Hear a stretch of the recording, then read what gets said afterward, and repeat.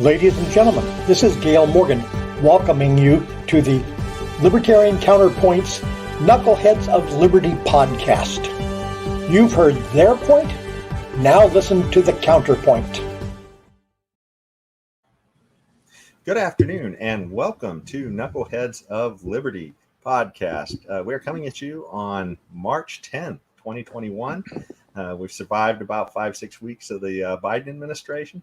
But before we get into any of the show, let me introduce you to our panel. On our upper left-hand corner, we have Leon, the word Brathwaite, last word in Liberty. He's a retired engineer in the state of California. And on our upper right-hand corner, we have our screaming eagle of freedom, Tim Everett. He is a pilot in the state of California. And I'll be your host. My name is Jason McPhee, and let's jump into the show. So today's show is going to be a little bit different than our normal shows. We're going to kind of focus mostly on the issue of free speech on this particular one, free speech in sort of public places. And that's kind of been a hot topic over the last year. And so we're essentially going to talk a little bit about some of the places where free speech has been under assault, which is mainly the college campuses, but it's sort of been happening in other places as well. And then we're going to jump into Liberty at the Movies, our second installment of that, where we'll look at a scene of a free speech, a good scene on free speech from the movie Casablanca. So let's jump right into this. So free speech, we've had all of these issues going on in campuses, especially in the last 4 years or so. People thinking that free speech means that they literally get to call for other people not to be able to speak, I guess, because they feel offended, so they can somehow cancel your speech with their speech. Maybe request that your speech, just isn't allowed because it triggers them or other things like this. And so we have a few pictures. I'm going to just bring those up now. And this particular picture is of an incident at Evergreen campus or Evergreen University in the state of Washington. And that's they apparently have some kind of a weird ritual, which is, I think it's like a day without a black person day. And they decided to change it about a few years ago. They said, let's have day without a white person day instead. And so apparently that was a voluntary thing initially for black people, where they just wanted to show people what life would be like if they didn't show up. And then it essentially became sort of more militant, where they told white people not to show up on that day. And so this was, and it's funny too, because you look at this crowd and looks like there's an awful lot of white people in the crowd, but essentially they're telling Brett Weinstein, this professor here, that he needs to be quiet and leave, even though he's teaching a class, and he had the right to be there, but this was sort of a thing, and so that was one thing. And I think I'll just cycle through these pictures here real quick. There's just a couple images. Now here's an image of Professor Christina Hoff Sommers, and she was giving a lecture at a university, and she gives lectures on issues between, I guess, boys and girls and their representation and stuff. And so I think she thinks, and a lot of times, that boys are being given short shrift in a lot of places nowadays. So these people on rape culture decided to crash her lecture, and essentially they called this their free speech right, to just show up and drown her out inside of a classroom that other people had paid for this class, presumably, and there they are. But anyway, so that was sort of a disinvitation that they had done on Christina Hoff Sommers. And then this is just a scene from a BLM, a recent BLM thing, where a woman in a restaurant was just harassed by this whole BLM mob that came in, and I guess they're just using their speech to just shout at her while she's sitting in there, because I guess she didn't show allegiance to them as they came in. And the funny thing is too, that for BLM, there's an awful lot of white folks here, which is kind of crazy. But anyway, so that's just a few images about kind of where we've been going with some of these speech issues. And so, you guys want to jump in on some of this? And, it is just somewhat sickening, because what we're seeing here is the resegregation of our society. This cancel culture that is ongoing, where people believe that they have a right not to be offended is now segregating us into little tribes. George Wallace in 1963, in his inaugural address, said, segregation today, segregation tomorrow, segregation forever. And these attack on free speech is doing exactly that. We are now living the vision of George Wallace, where you can run into a classroom where a teacher is teaching, and you can tell her she cannot speak because I don't like what you are saying. I am offended by what you're saying. So she must now segregate herself and be quiet. You can have people in restaurants who don't show any allegiance to Black Lives Matter or to whoever. They better show the allegiance or they must segregate themselves and be quiet. This is what is happening. Look at this madness on Evergreen campus, which happened. They have a day of absence. And you're right, Jason, it started off well. Blacks will just voluntarily stay off campus. Then they decide, well, no, whites should stay off campus. Not only that they suggested it, they wanted to enforce it.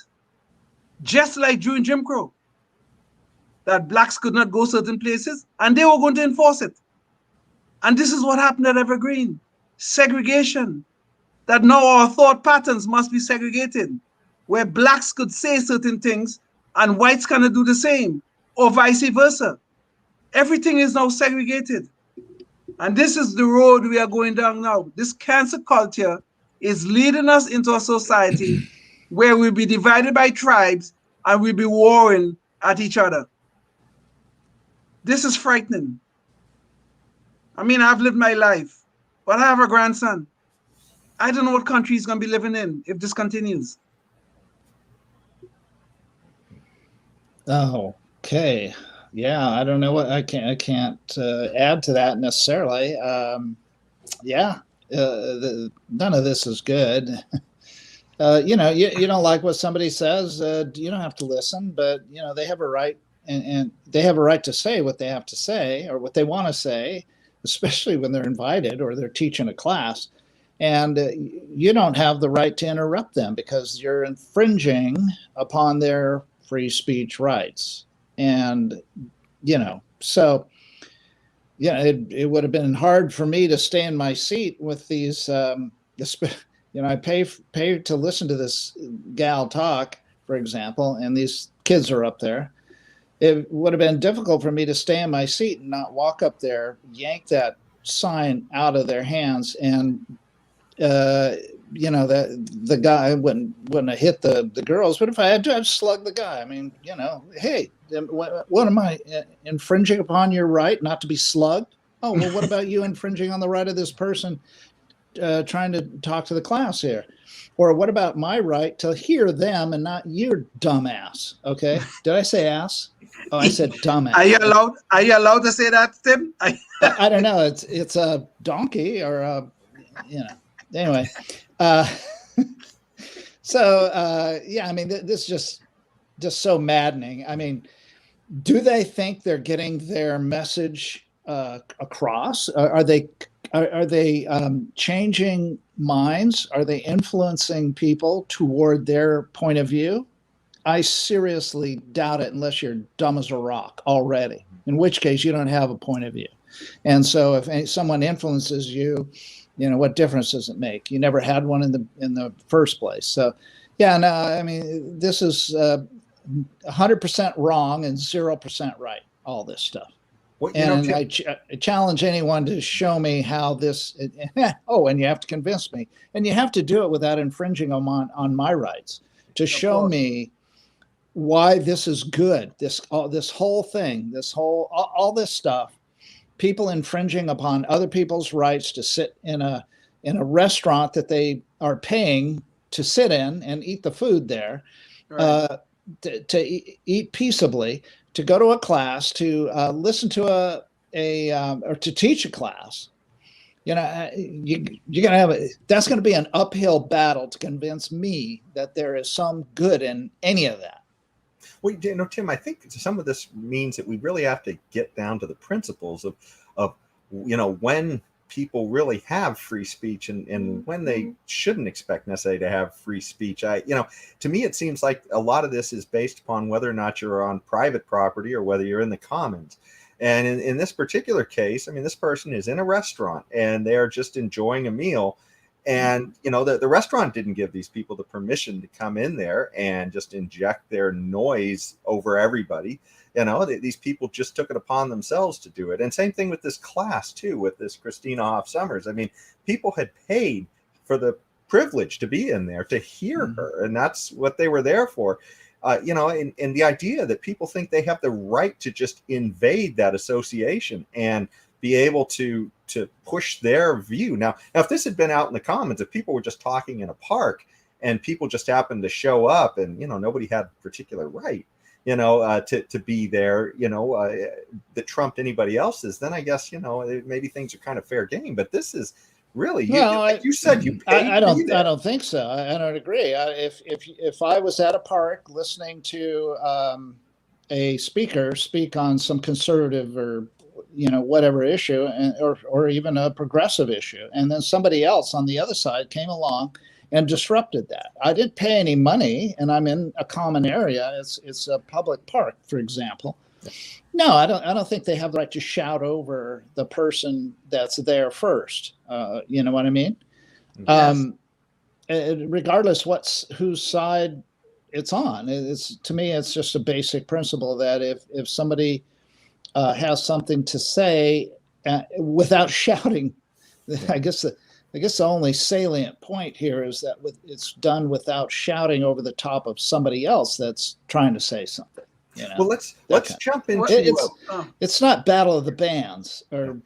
Well, I'll tell you what. Speaking of Battle of the Bands, we have our new movie clip here that we wanted to do, and it's called "Liberty at the Movies." This is our second try at this, and so essentially this time we are going to do the movie Casablanca, and so in Casablanca, it's an interesting movie about essentially World War II and, sort of a resistance issue against the Nazis, people coming to this area that sort of occupied France, and they're trying to get out essentially to evade the Nazis and get out of there so that they can, go to areas that are free. But anyways, there are some instances in here that have some kind of interesting lessons, interesting takes on liberty. And that's kind of what we want to do in this segment, is to pull your attention to some of these old movies and show you what we think are kind of some really interesting ideas, on liberty that are brought out here, and maybe, bring these movies back alive so you can maybe go back and relook at them in another take. But so anyways, we have a trailer. Let's go through the trailer real quick so that people can kind of get on board with what the movie's about. A roll trailer. Play it, Sam.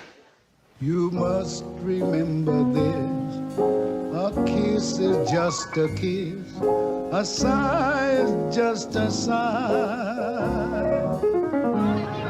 The fundamental things apply. You can't get away. Don't hide me. Do something. You must help me. I stick my neck out for nobody. A wise foreign policy. And when two lovers woo, they still say I love you. On that you Why did you come back? To tell me why you ran out on me at the railway station?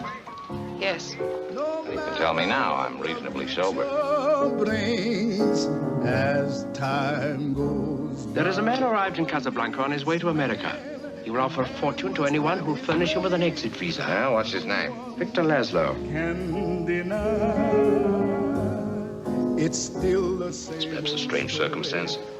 We both should be in love with the same woman. A case of do or die.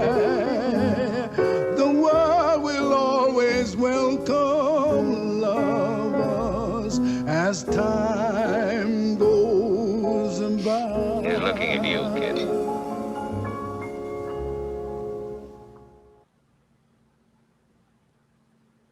So that was just a little bit of a trailer just to get everybody kind of in what the movie's about. And like I said, it takes place occupied France. This Victor Laszlo is sort of... It's not France. Well, yeah, it's in Morocco. It's not in Morocco, but go ahead. I'm sorry. Yeah. Right. So anyways, and this guy Rick, played by Humphrey Bogart, he owns this bar that a lot of stuff happens at. And so anyways, the resistance leader, played by Paul Heinrich, he is essentially the Nazis are essentially trying to get him back to Nazi territory so they can, do some bad things to him, presumably. But anyways, while they're in this territory, technically the French have authority still. And so they happen to this particular scene that we want to bring up. This is kind of a real free speech issue, I think, and they're in Rick's place, the sort of happening place, and the Germans are there, and the French authorities are there, and a lot of people are there, and they at this one point in the movie, the German Nazis who are in the bar decide they want to start singing the German national anthem. And which is kind of offensive to a lot of the people who are, there, who have been victimized by the German government. So let's jump into that clip real quick, and then we can talk about it. Okay. Roll tape.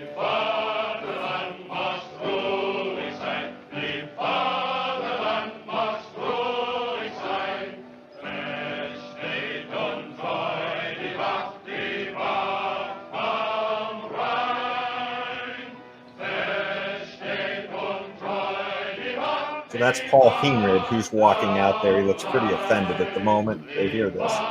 He's sort of the resistance leader. Wait.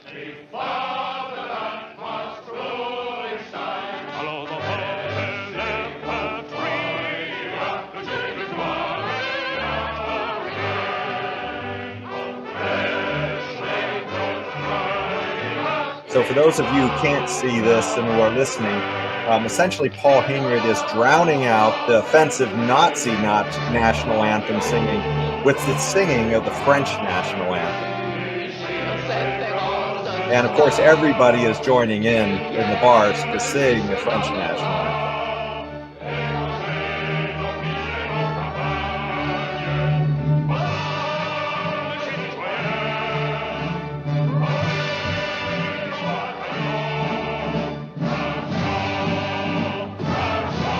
Of course, the Germans have sort of retired now. They realize that their speech has been completely obliterated by the more preferred speech of hearing the French national anthem. So what did you guys think of that particular scene? Well, first of all, the comedy movie, Those Magnificent Men and Their Flying Machines, they did a similar thing with the French and the Germans, with the national anthem, and one singing over the top of the other, which happened in England, kind of neutral territory at the time. But anyway, it's kind of like Black Lives Matter comes into the restaurant and starts bothering the guests, and then the guests all somehow outnumber them, and they get up and shove all the Black Lives Matter people back out into the street. I think that's kind of what's going on here, because in a sense, the Germans were the invaders, so they're in the invaded part of the world, right? That was in France during World War II. No, it was in Morocco during World War II. Oh, Morocco. French Morocco. Yeah. French Morocco. Yeah, French Morocco, yes. Okay. So they were there. The Germans were there as conquerors then, correct? Yes. Yeah. And so, if they get drowned out, I mean, I can see that the Germans may have had the free speech to sing. That's fine. But the French did too, I guess. Here, one wins over the other. One has a band, the other and more people. So there you go. So to the victor go the spoils. Well, I think the scene raised some good issues. This whole thing about cancel culture. But, this is cancel culture in reverse, which to us is a good thing, right? Because this was a case of good speech drowning out bad speech. But what if the reverse had happened, though? what if the bad speech had won in this particular case? How would we view this? Because it will still be a competition between good speech and bad speech. In that case, cancel culture would have won. So is it that if we on private property, this is okay? And if we're in the commons, like we were talking about previously, it is not, or vice versa? Well, Leon, Because, yeah.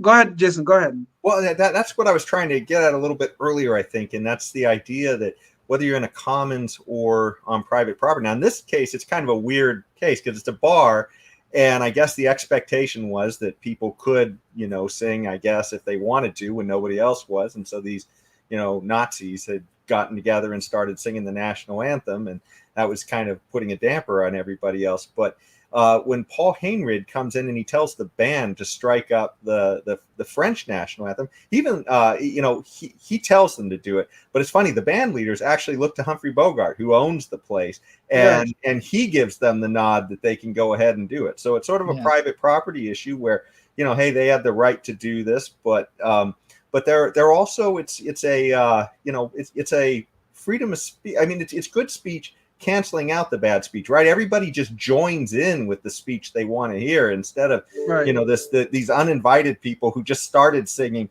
and, they just say, hey, this stuff isn't really going over very well.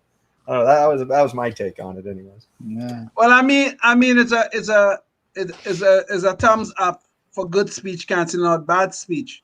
Okay, there's a thumbs up for it without a doubt. But my issue is, what if the reverse had happened? It's on private property. What if the reverse had happened? How would we view that? Is it that everybody have the right to speak in this environment, and is everybody have the right to be offended in this environment? Where I don't know where we would draw the lines. I mean, I'm glad of the outcome. I'm glad about the outcome, but I am not sure about what are the rules of the game. Looks like Leon's speech has been frozen. It's been canceled. There he is. Leon, you're back, I think. Oh wow, gosh, it's like I'm having a LSD hallucination here or something. Well, I guess you guys hear me now? Yeah, we hear you now. Yeah. Okay. Yeah. So I don't know. So the thing I'm saying, what are the rules in terms of where we draw the line on this thing? But I mean, everybody has a right of free speech. Well, this is of course not the United States, but everybody has a right of free speech, and everybody also have to respect other people's right to speak, even when their speech is offensive. But the Supreme Court have given us boundaries of what is free speech and what is not. So where are the lines drawn is what, in this culture environment, if we are looking at this movie as a good example of how to take care of cancel culture, where do we draw the lines what if the result was reversed? This is what I'm having a little bit of question about, even though I like the outcome. Yeah, but Leon, that was, I think, why it was such a critical point that the band looked to Humphrey Bogart, who owned the place, to figure out whether or not they should be able to start playing right then. And then he gave them the okay. So he was the property owner, private property. So he kind of gets to decide what speech is going to go on. Now, I'll bet he was paying their paychecks too. True. Okay. Well, you know what? Because I don't want to run out of time here. So we have another clip, and we'll forget the Knucklehead Noise Patrol. We have something funny at the end of this anyway. So, there's another scene here that goes beyond speech, but has to do with our lockdowns that we've been involved in. And I think you'll enjoy this next clip. So let's roll the next clip.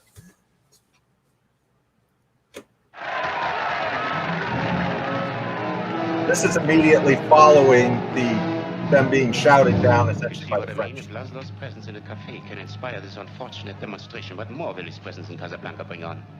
I advise that this place be shut up at once. But everybody's having such a good time. Yes, much too good a time. The place is to be closed. But I've no excuse to close it. Find one. Is COVID going to be the excuse? Yes. Everybody is to leave here immediately. This cafe is closed until further notice. Clear the room at once. How can you close me up? On what ground? I'm shocked to find that gambling is going on in here. You're winning, sir. Oh, thank you very much. Everybody out at once. I couldn't resist that scene and just followed the other scene. And boy, did that speak to our lockdown. Do you guys have any thoughts on that? Without a doubt. No, you were supposed to say that. Yeah, no, I was going to ask, who was that Nazi? We saw the. Can you back up a little bit, Jay? I was going to say, who was that Nazi? We saw we had Humphrey Bogart, Paul Heinrich, and James. Can you back up to that scene, that clip, real quick there, because we were wondering who was playing the Nazi. Can you back? Oh gosh, I thought that was him. It's Gavin. The one who wanted to shut the place down. Oh yeah, the one to shut the place down, without a doubt. Oh my gosh! Okay, you guys. The extreme example of government interfering in our lives to the extent that they could just make up reasons as to why they're going to shut us down. If it's not COVID, it's because there's gambling in the place. And of course, notice that the government. Notice that the government official is enjoying the winnings of the gambling that he's now decrying. Oh gosh, that was a good one. That took me by surprise.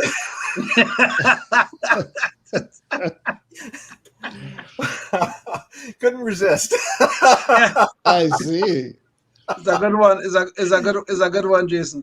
Yeah. But I mean, it does raise a lot of issues about arbitrary government, making rules so arbitrary based on nothing other than the whims of some government official. It really and truly, it really leaves you wondering about the power of an intrusive government. And we are seeing that here in the United States. Government have become so intrusive that it can tell us when to stay home, when to go out. They're saying that there's a public health emergency, so we have to abide by their rules. Almost like they were a bunch of Nazis, right? Yeah, almost like they're a bunch. Yeah, exactly. They are overlords or Nazi overlords, I guess. It was unbelievable. We were worried that was always going to come from the federal government, and lo and behold, the power-hungry governors of these, it always seems to be the Democratic governors, are just crazy. They've gone nutcase, and there's nothing seemingly. What can we do about it? Apparently nothing, really. And to see the media is going along with this, the media is going along with this. They'll criticize Ron DeSantis for trying to keep his state open, but they're praising Andrew Cuomo and Gavin Newsom for closing down our state. Mm-hmm. Yeah. Well. Gosh, this is we're just living through terrible times, but hopefully you can go back and enjoy that movie Casablanca, and catch a few ideas about liberty in that movie that you might not have spotted before. And we plan to do a few more of those in the future too. So hopefully you can. I can't get that vision of Gavin Newsom out of my head playing the German officer. They have ways of dealing with you and making you talk. Well, on that note, we will see you at the next one. Thanks for joining us, and we'll see you later. Bye.